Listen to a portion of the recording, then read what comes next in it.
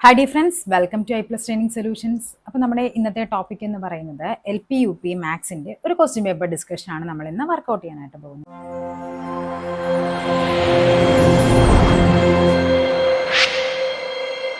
അതായത് റാൻഡമായിട്ട് ചൂസ് ചെയ്തൊരു ക്വസ്റ്റ്യൻ പേപ്പറാണ്. നമുക്കറിയാം എപ്പോഴും നമ്മൾ എങ്ങനെയൊക്കെ നമ്മൾ ക്വസ്റ്റ്യൻസ് പഠിച്ചാലും ഓരോ സെക്ഷൻസ് വൈസ് പഠിച്ചാലും ഏറ്റവും കൂടുതൽ നമുക്ക് പരീക്ഷയ്ക്ക് എഫക്റ്റീവ് ആകുന്നത് എന്തായിരിക്കും? എപ്പോഴും PYQ സെക്ഷൻസ് ഡിസ്കസ് ചെയ്യുന്നതായിരിക്കും.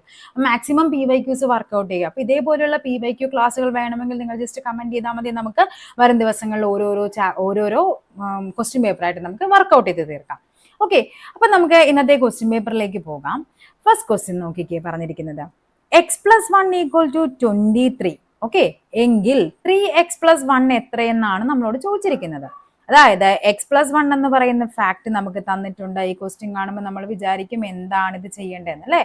x+1 23 ആണെങ്കിൽ x എന്ന് പറഞ്ഞാൽ നമുക്ക് കണ്ടുപിടിക്കാമല്ലോ. 23 - 1 ആണ്. അതായത് x എന്ന് പറയുന്നത് 22 ആയിരിക്കും. എക്സിന്റെ വാല്യൂ എന്ന് പറയുന്നത് എക്സിന്റെ വാല്യൂ 22 ആണെങ്കിൽ നമുക്ക് എന്ത് ഫൈൻഡ് ചെയ്യണം? ഇനി 3x+1 ആണ് ഫൈൻഡ് ചെയ്യേണ്ടത്. അതായത് 3 × 22 + 1. 3 × 22 എന്ന് പറഞ്ഞാൽ എത്രയാണ്? 66 ആണ്. 66 + 1 അതായത് 67 ആണ് നമുക്ക് ഇവിടെ ആൻസർ ആയിട്ട് വരേണ്ടത്. ഓപ്ഷൻ എ ആണ് നമ്മുടെ ആൻസർ എന്ന് പറയുന്നത്. ഓക്കെ, ക്വസ്റ്റ്യൻ കാണുമ്പോൾ നമുക്ക് എന്തറിയാം, അതായത് എന്തിലേക്ക് നമുക്ക് എത്തിക്കാനായിട്ട് പറ്റുമെന്നാണ് നിങ്ങൾ ആദ്യമേ നോക്കേണ്ടത്. നെക്സ്റ്റ് നോക്കാം.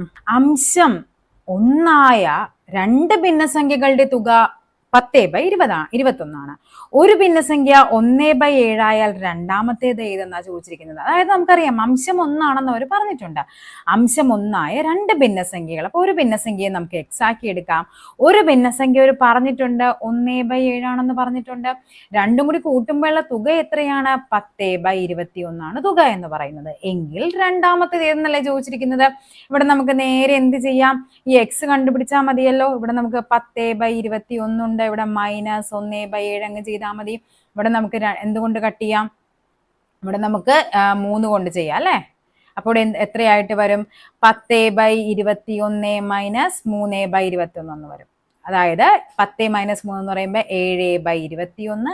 ആൻസർ എത്ര വരും? 7/21 എന്ന് പറയുന്നത് 1/3 ആണ്. അപ്പൊ ഏതാണ് മറ്റൊരു ഭിന്നസംഖ്യ എന്ന് പറയുന്നത്? 1/3 ആണ്. അപ്പൊ ഭിന്നസംഖ്യകൾ ഏതൊക്കെയാണ്?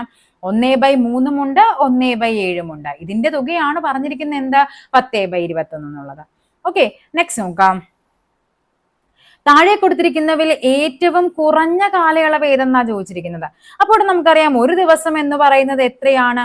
24 മണിക്കൂറിനെയാണല്ലോ നമ്മൾ ഒരു ദിവസം എന്ന് പറയുന്നത്. ഇവിടെ എത്ര വന്നിട്ടുണ്ട്? 18 മണിക്കൂർ വന്നിട്ടുണ്ട്. അപ്പൊ 24-ലും ചെറുതാണ് 18 മണിക്കൂർ, അല്ലെ? ഇനി ഇവിടെ പറഞ്ഞിരിക്കുന്ന 1800 മിനിറ്റ് എന്നാണ്. അപ്പൊ നമുക്കിവിടെ എന്ത് ചെയ്യണം? പറയുന്ന 1800 മിനിറ്റിനെ 60 മിനിറ്റ് കൊണ്ട് ഹരിച്ച് എന്താക്കണം? മണിക്കൂറിലേക്ക് മാറ്റണം, അല്ലെ? അപ്പോൾ ഇവിടെ നമുക്ക് 0 കട്ടാകും. ഇവിടെ ഇതും കൂടി കട്ടായി പോകുമ്പോൾ എത്ര വരും? ഇവിടെ 30 എന്ന് വരും. അതായത് ഇവിടെ എത്രയാണ് വരേണ്ടത്? 30 മണിക്കൂർ എന്ന് കിട്ടി. ഓക്കെ, ഇനി ലാസ്റ്റത്തെയും കൂടി നോക്കണമല്ലോ. 43,200 സെക്കൻഡ് ആണ് തന്നിരിക്കുന്നത്. 43,200 സെക്കൻഡ്. നമ്മൾ ആദ്യം അതിനെ മിനിറ്റിലോട്ട് മാറ്റണം, പിന്നെ അതിനെ മണിക്കൂറിലോട്ട് മാറ്റണം. ഓക്കെ, 0 കൂടി കട്ടാകും. ഇവിടെയും എന്താണ്? 0 കൂടി കട്ടാകും. 432/6 ചെയ്ത് നോക്കാം നമുക്ക്. അല്ലെങ്കിൽ എത്രയാണ്? 6 36, അല്ലെ? അപ്പൊ 432/36 എന്ന് കിട്ടും. നമുക്കിവിടെ 2 കൊണ്ട് കട്ട് ചെയ്ത് കളയാലോ. ഇവിടെ എത്ര വരും? 2 വരും.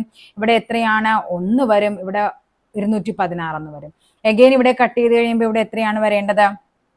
നമുക്കറിയാം 18 വരും. ഇനിയും നമുക്ക് എന്ത് ചെയ്യാം? 2 കൊണ്ട് കട്ട് ചെയ്യാം. അല്ലെങ്കിൽ 216-നെ 18 കൊണ്ടൊന്ന് ചെയ്ത് നോക്കിയാലോ നമുക്ക്. 18 എന്ന് പറയുമ്പോൾ ഒരു തവണ, അല്ലേ? ഇവിടെ 18. ഇവിടെ എത്ര വരും? 3. 36 എന്ന് പറയുമ്പോൾ എത്രയാണ് വരേണ്ടത്? 18 2 36 ആണ്. സോ ആൻസർ വരേണ്ടത് ഇവിടെ എത്ര വരും? 12 മണിക്കൂറാണ്. 43,200 സെക്കൻഡ് എന്ന് പറയുന്നത് 12 മണിക്കൂറാണ്.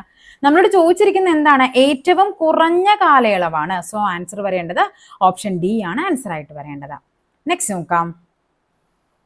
ഒരു സംഖ്യയെ 4 കൊണ്ട് ഹരിച്ചപ്പോൾ കിട്ടിയ ഹരണഫലത്തെ 3 കൊണ്ട് ഹരിച്ചപ്പോൾ ഹരണഫലം 8ഉം ശിഷ്ടം 2ഉം കിട്ടുന്നുവെങ്കിൽ ആ സംഖ്യ 4 കൊണ്ട് ഹരിച്ച സംഖ്യ ഏതാ?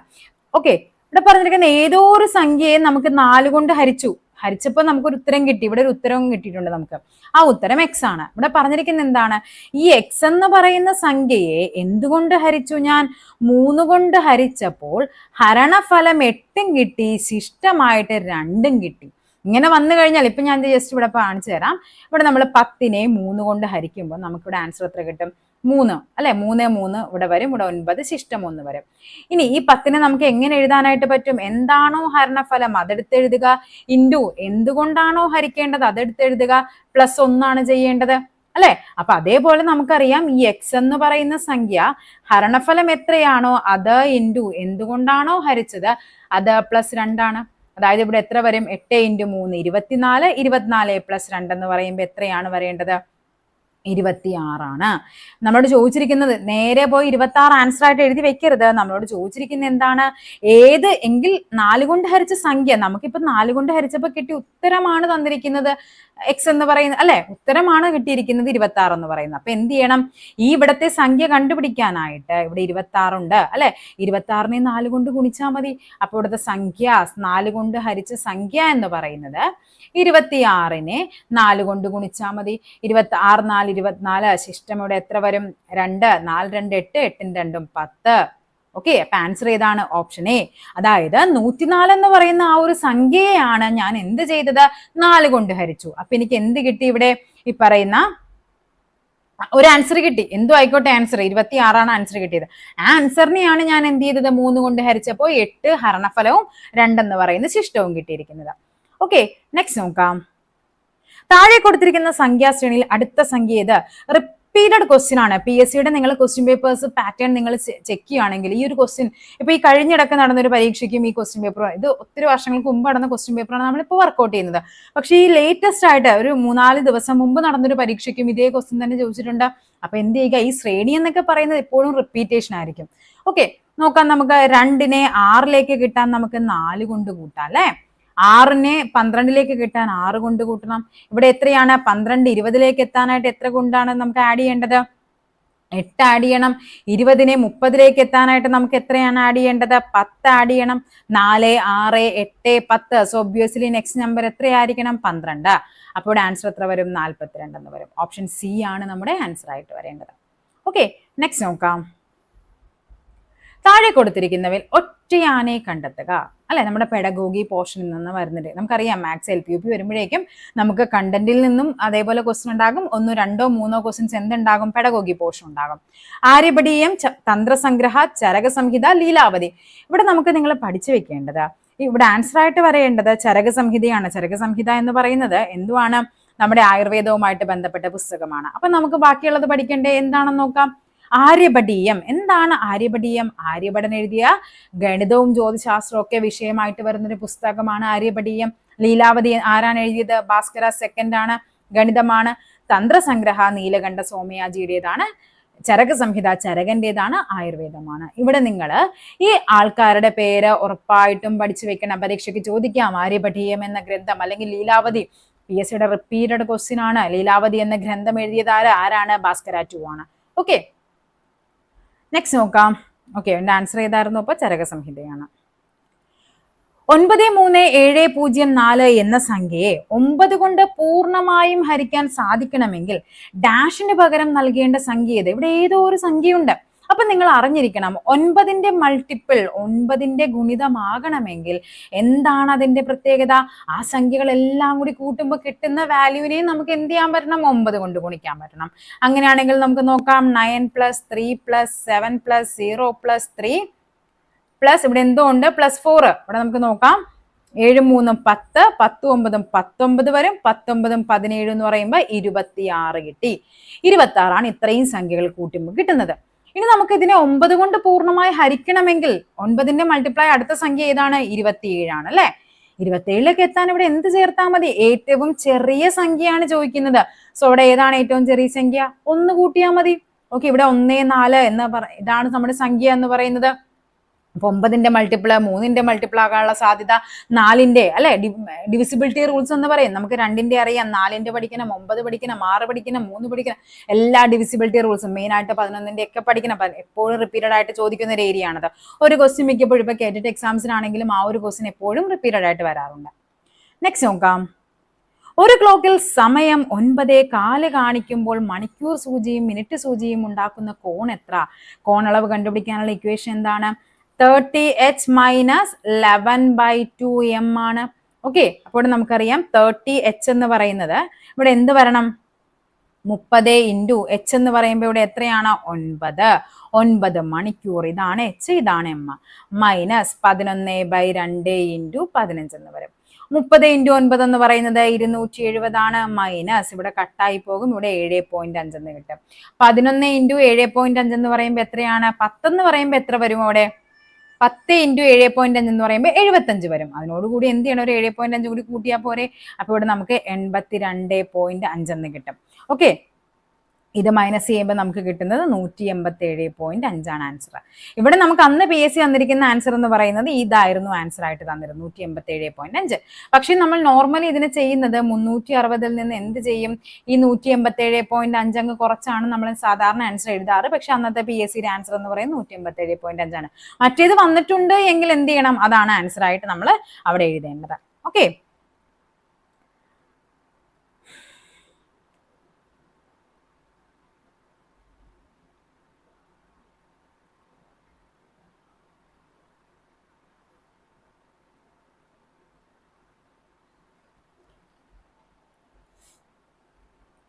അപ്പൊ ഇവിടെ ആൻസർ ആയിട്ട് വരേണ്ടത് 172.5 ആണ്. ഇങ്ങനൊരു ഓപ്ഷൻ ഉണ്ട് എങ്കിൽ അതായിരിക്കണം കേട്ടോ എപ്പോഴും ആൻസർ ആയിട്ട് വരേണ്ടത്. നെക്സ്റ്റ് ക്വസ്റ്റ്യൻ നോക്കാം. ഇന്ത്യൻ റിപ്പബ്ലിക് ദിനം ഒരു ശനിയാഴ്ചയായാൽ ആ വർഷം ജനുവരി 1 ഏത് ദിവസമായിരിക്കും? ഇവിടെ നിങ്ങൾ ഇങ്ങനത്തെ ക്വസ്റ്റ്യൻ ഒക്കെ ചോദിക്കുമ്പോൾ നമുക്ക് അറിയണം റിപ്പബ്ലിക് ദിനം എന്ന് പറയുന്നത് 26 ആണെന്നുള്ള ഐഡിയ വേണം. ഓക്കെ, അങ്ങനെയാണെങ്കിൽ 26-ന് നേരെ മുകളിൽ വരുന്നത് 19 ആയിരിക്കുമല്ലോ. 19-ന് മുകളിൽ വരുന്ന 12 ആയിരിക്കും. അതിന് മുകളിൽ വരുന്നത് 5 ആയിരിക്കും. ഇതെല്ലാം എന്താണ്? ശനിയാഴ്ചകളായിരിക്കും. ഓക്കെ, അങ്ങനെയാണെങ്കിൽ നമ്മളോട് ചോദിച്ചിരിക്കും ജനുവരി 1 അല്ലേ. അപ്പൊ 4, 3, 2, 1. ഇവിടെ എന്താണ്? ബാക്കോട്ട് എഴുതിയാൽ മതി. ഇവിടെ ശനിയാണെങ്കിൽ ഇവിടെ എന്തായിരിക്കും? വെള്ളി ആയിരിക്കും. ഇവിടെ വ്യാഴമായിരിക്കും. ഇവിടെ ബുധനായിരിക്കും. ഇവിടെ എന്താണ്? ചൊവ്വയായിരിക്കും. ഓക്കെ, അപ്പൊ ഏതാണ് ആൻസർ വരേണ്ടത്? ഓപ്ഷൻ സി ആണ് വരേണ്ടത്. അപ്പൊ എപ്പോഴും നിങ്ങൾ അങ്ങനെ കൂടി ചിന്തിക്കണം. ഇവിടെ 1 ആണെങ്കിൽ ഇവിടെ അതിന്റെ നേരെ താഴെ വരുന്ന 7 കൂട്ടിയാൽ മതി. ഇവിടെ 8 ആയിരിക്കും. അടുത്ത ഏതായിരിക്കും? 7ന്റെ ടേബിളിനേക്കാൾ നമുക്ക് 1 കൂട്ടി എഴുതിയാൽ മതി. 8 ആണെങ്കിൽ ഇവിടെ അടുത്ത 7ന്റെ ടേബിൾ എന്ന് പറയുമ്പോൾ 14 ആണ്. 14 കഴിഞ്ഞാൽ അടുത്ത നമ്പർ 15 ആയിരിക്കും. നെക്സ്റ്റ് 21 ആണ്. 21 കഴിഞ്ഞാൽ നമ്പർ 22 ആയിരിക്കും. ഇങ്ങനെ ഓർഡറിലായിരിക്കും. ഏതൊരു നമ്പർ തന്നാലും ഇപ്പൊ 13 ആണെങ്കിൽ 13ന്റെ നേരെ താഴെ വരുന്നത് 7 കൂട്ടി അവിടെ 20 ആയിരിക്കും. അങ്ങനെ ചിന്തിച്ചാൽ മതി. ഓക്കെ, ആ ഒരു ഓർഡറിൽ നിങ്ങൾ എഴുതിയാൽ മതി. അപ്പൊ ജസ്റ്റ് ബാക്ക് പോയി കഴിഞ്ഞാൽ ഇങ്ങനെ ഒരേ മാസത്തിലേക്ക് തന്നെ ചോദിക്കുമ്പോൾ അതായിരിക്കും ഏറ്റവും എളുപ്പം എന്ന് പറയുന്നത്. ഓക്കെ, നെക്സ്റ്റ് നോക്കാം. 30 ഡിവൈഡ് ബൈ 1/2 പ്ലസ് 30 ഇൻറ്റു 1/3 എത്ര? ഇങ്ങനത്തെ ക്വസ്റ്റ്യൻ വരുമ്പോൾ നമുക്ക് എന്താണ്? ബോർഡ് മാസ് റൂൾ ആണ് ചെയ്യേണ്ടത് അല്ലെ. ബോർഡ് മാസ് വരുമ്പോൾ ആദ്യം എന്താണ് ചെയ്യേണ്ടത്? ഡിവിഷൻ ചെയ്യണം. ഡിവിഷൻ എന്ന് പറയുമ്പോൾ ഇവിടെ എന്താണ്? 30. ഇവിടെ ഡിവിഷൻ വരുമ്പോൾ എന്താണ് തന്നിരിക്കുന്നത്? ഫ്രാക്ഷൻ ആണ് അല്ലെ. ഭിന്നസംഖ്യ ഫോർമാറ്റിലാണ് തന്നിരിക്കുന്നത്. സോ അതിനെ എന്ത് ചെയ്യുക? തിരിച്ചിട്ട് ഗുണിക്കുക. പ്ലസ് 30 ഇൻറ്റു 1/3 എന്ന് വരും. ഇവിടെ എന്താണ് വരുമ്പോൾ? 30 ഇൻറ്റു 2 എന്ന് പറയുമ്പോൾ 60 വരും. പ്ലസ് ഇവിടെ എന്താണ്? നേരെ കട്ടായി പോകും. ഇവിടെ 10 വരും. 60 പ്ലസ് 10 എന്ന് പറയുന്നത് ഇവിടെ എത്രയാണ് വരേണ്ടത്? 70 ആണ് ആൻസർ ആയിട്ട് വരേണ്ടത്. ഓപ്ഷൻ എ ആണ് നമ്മുടെ ആൻസർ എന്ന് പറയുന്നത്. ഓക്കെ, നെക്സ്റ്റ് ക്വസ്റ്റ്യൻ നോക്കാം. ഒരു ഭൂകമ്പ ബാധിത പ്രദേശത്തെ 10% പേർ ഭൂകമ്പക്കെടുതി മൂലം പലായനം ചെയ്തു. പിന്നീട് സാംക്രമിക രോഗങ്ങൾ പടർന്നു പിടിക്കാൻ തുടങ്ങിയപ്പോൾ ശേഷിച്ച ജനസംഖ്യയുടെ 10% പേർ കൂടി പലായനം ചെയ്തുവെങ്കിൽ 2 പലായനത്തിന് ശേഷം പ്രദേശത്തെ ജനസംഖ്യ എത്ര? ഇങ്ങനത്തെ ക്വസ്റ്റ്യൻ കാണുമ്പോൾ നിങ്ങൾ നേരെ വിചാരിക്കും അപ്പൊ 10% കുറഞ്ഞു, അപ്പൊ 90, വീണ്ടും 10 കുറഞ്ഞു, അപ്പൊ എന്താണ്? വീണ്ടും 10 അങ്ങ് കുറച്ച് 80 എന്ന് ചിന്തിക്കരുത്. ഇവിടെ പറഞ്ഞിരിക്കുന്നത് 100% ഉണ്ടായിരുന്നവരിൽ നിന്ന് 10% കൊഴിഞ്ഞുപോയി അവിടെ എത്രയായിട്ട് മാറി? 90 ആയിട്ട് മാറി. ഇനി കുറയുന്നത് ഈ 90ന്റെ 10% നമുക്കിവിടെ കുറയ്ക്കേണ്ടത്. ഓക്കെ, അപ്പൊ അവിടെ എത്രയായിരിക്കും? അത് 9 ആയിരിക്കും. അപ്പൊ 90ന്റെ 10% എന്ന് പറയുമ്പോൾ എന്ത് ചെയ്യണം? ഇവിടെ 9 ആണ് ഇവിടെ കുറയ്ക്കേണ്ടത്. ആൻസർ എത്ര വരും? 81% 2 പലായനത്തിന് ശേഷവുമുള്ള അവിടുത്തെ ജനസംഖ്യ എന്ന് പറയുന്നത്. ഓക്കെ, നെക്സ്റ്റ് നോക്കാം. ഓക്കെ, നെക്സ്റ്റ് ക്വസ്റ്റ്യൻ നോക്കാം. നമുക്ക് വിട്ടുപോയ അക്ഷര ജോഡി കണ്ടെത്തുക. നമുക്ക് നോക്കാം. ABC അല്ലെ തന്നിരിക്കുന്നത്. ABC ആണല്ലേ തന്നിരിക്കുന്നത്. ബിയും സി. അപ്പൊ എ കഴിഞ്ഞിട്ടുള്ള നമ്പർ ആണ്. അടുത്ത് നോക്കാം നമുക്ക് EFG അല്ലെ. അതേപോലെ IJK. അപ്പൊ അടുത്തത് എന്തായിരിക്കണം വരേണ്ടത്? AE I O U. AEIOU എന്ന് പറയുമ്പോൾ വവ്വൽസിലാണ് തന്നിരിക്കുന്നത്. ഇവിടെ യു കഴിഞ്ഞാണ്. സോ ഇവിടെ എന്ത് വരണം? ഓ കഴിഞ്ഞുള്ള രണ്ട് നമ്പേഴ്സ്. ഓ കഴിഞ്ഞ് എന്തൊക്കെയാണ്? HIJKLMNO PQ. അപ്പൊ ആൻസർ വരേണ്ടത് ഏതാണ്? ഓപ്ഷൻ സി ആണ്. അതായത് ഇത്രയേ ഉള്ളൂ നമുക്ക് തന്നിരിക്കുന്നത്. വവ്വൽസ് കഴിഞ്ഞിട്ടുള്ള രണ്ട് സെറ്റ് ഓഫ് നമ്പർ ജോഡികളാണ് തന്നിരിക്കുന്നത്. ഓക്കെ, നെക്സ്റ്റ് നോക്കാം. 24 + 19 എത്ര മടങ്ങാണ്? 24 സ്ക്വയർ മൈനസ് 19 സ്ക്വയർ ആണ് കേട്ടോ ഇത്. 24 സ്ക്വയർ മൈനസ് 19 സ്ക്വയർ എന്ന് പറയുന്നത്. ഇവിടെ നമുക്ക് അറിയേണ്ട ഒരു കാര്യം ഇതാണ്. A square minus B square എന്ന് പറയുന്നത് എന്താണ്? A + B × A - B ആണ്. ബേസിക് ഐഡന്റിറ്റി ആണ്. അപ്പൊ ഇവിടെ നമുക്കറിയാം ഇവിടെ എന്താണ്? A square minus B square. അപ്പൊ 24 സ്ക്വയർ മൈനസ് 19 സ്ക്വയർ എന്ന് പറയുന്നത് A + B എന്ന് പറയുന്നത് 24 + 19 ആണ്. ഇവിടെ എന്ത് വരണം? A - B, 24 - 19. അതായത് ഇവിടെ എത്രയാണ്? 24 + 19 എത്ര മടങ്ങെന്ന് ചോദിച്ചാൽ ഇവിടെ വരുന്ന ആൻസർ ആണ്. 24 നിന്ന് 19 കുറച്ചാൽ എത്രയാണ്? 5 ആണ്. സോ ആൻസർ വരേണ്ടത് 5 മടങ്ങാണ്. 24 + 19 5 മടങ്ങാണ് 24 സ്ക്വയർ മൈനസ് 19 സ്ക്വയർ എന്ന് പറയുന്നത്. ഓക്കെ, നെക്സ്റ്റ് നോക്കാം. 7 പവർ 27 എത്ര മടങ്ങാണ്? 7 പവർ 28 എന്നുള്ളത്. ഓക്കെ, ഇവിടെ നിങ്ങൾ 2 മടങ്ങ് 1 മടങ്ങെന്നൊന്നും എഴുതി വെക്കരുത്. നോക്കാം നമുക്ക്. ഇവിടെ നമുക്കറിയാം ബേസിക് ആയ ഒരു ഐഡന്റിറ്റി ഉണ്ട്. A + M. ഇവിടെ എന്താണ്? ഇൻറ്റു A + N എന്ന് പറഞ്ഞാൽ എന്താണ്? A raised to M + N ആണ്. അതേപോലെ A power M divided by A power N എന്ന് പറഞ്ഞാൽ എന്താണ്? A പവർ M - N ആണ്. ഇനി ഇപ്പൊ ഇതേപോലെ ഞാൻ പറയുവാണ്. 7 ഇവിടെ 7 പവർ 1 ആണ്. 7 സ്ക്വയറിന്റെ മീനിങ് എന്താണ്? 7നെ ഞാൻ 2 തവണ എഴുതുന്നതാണ്. 7 ക്യൂബ് എന്ന് പറയുമ്പോൾ എന്താണ്? 7നെ ഞാൻ 3 തവണ എഴുതുന്നതാണ്. അങ്ങനെയാണെങ്കിൽ 7 പവർ 4 എന്ന് പറയുമ്പോൾ ഞാൻ 7നെ എന്ത് ചെയ്തു? 4 തവണ എഴുതി അല്ലെ? അതായത് ഇവിടം വരെ നമുക്കറിയാം 7 ക്യൂബ് ആണ്. അതിനോട് 7 ആണ് മൾട്ടിപ്ലൈ ചെയ്തിരിക്കുന്നത്. അതായത് എന്താണ്? 7 ക്യൂബിന്റെ 7 മടങ്ങാണ് 7⁴ എന്ന് പറയുന്നത്. ഇനി 7⁻28 എന്ന് പറയുമ്പോൾ അപ്പൊ എന്തായിരിക്കണം? 7⁻28 എന്ന് പറഞ്ഞാൽ 7⁻27 × 7 ആണ്. ഇവിടെ 1 ആണ്. അതായത് M + N ചെയ്യുമ്പോഴാണ് ഈ 28 കിട്ടുന്നത്. അപ്പൊ എത്ര മടങ്ങെന്ന് ചോദിച്ചാൽ നമുക്കറിയാം അത് എത്രയാണ്? 7 മടങ്ങാണ്. ഇപ്പൊ ഞാൻ ചോദിക്കുന്നു 10 എന്ന് പറയുന്നത് 5ന്റെ എത്ര മടങ്ങെന്ന് ചോദിച്ചാൽ 5ന്റെ 2 മടങ്ങാണ്. 15 എന്നുള്ളത് 5ന്റെ എത്ര മടങ്ങെന്ന് ചോദിച്ചാൽ 5 × 3 ആണ്. 3 മടങ്ങാണ്. അപ്പൊ ഇവിടെ പറയേണ്ടത് എന്താണ്? 7⁻27 7 മടങ്ങാണ് 7⁻28 എന്ന് പറയുന്നത്. ഓക്കെ, നെക്സ്റ്റ് നോക്കാം.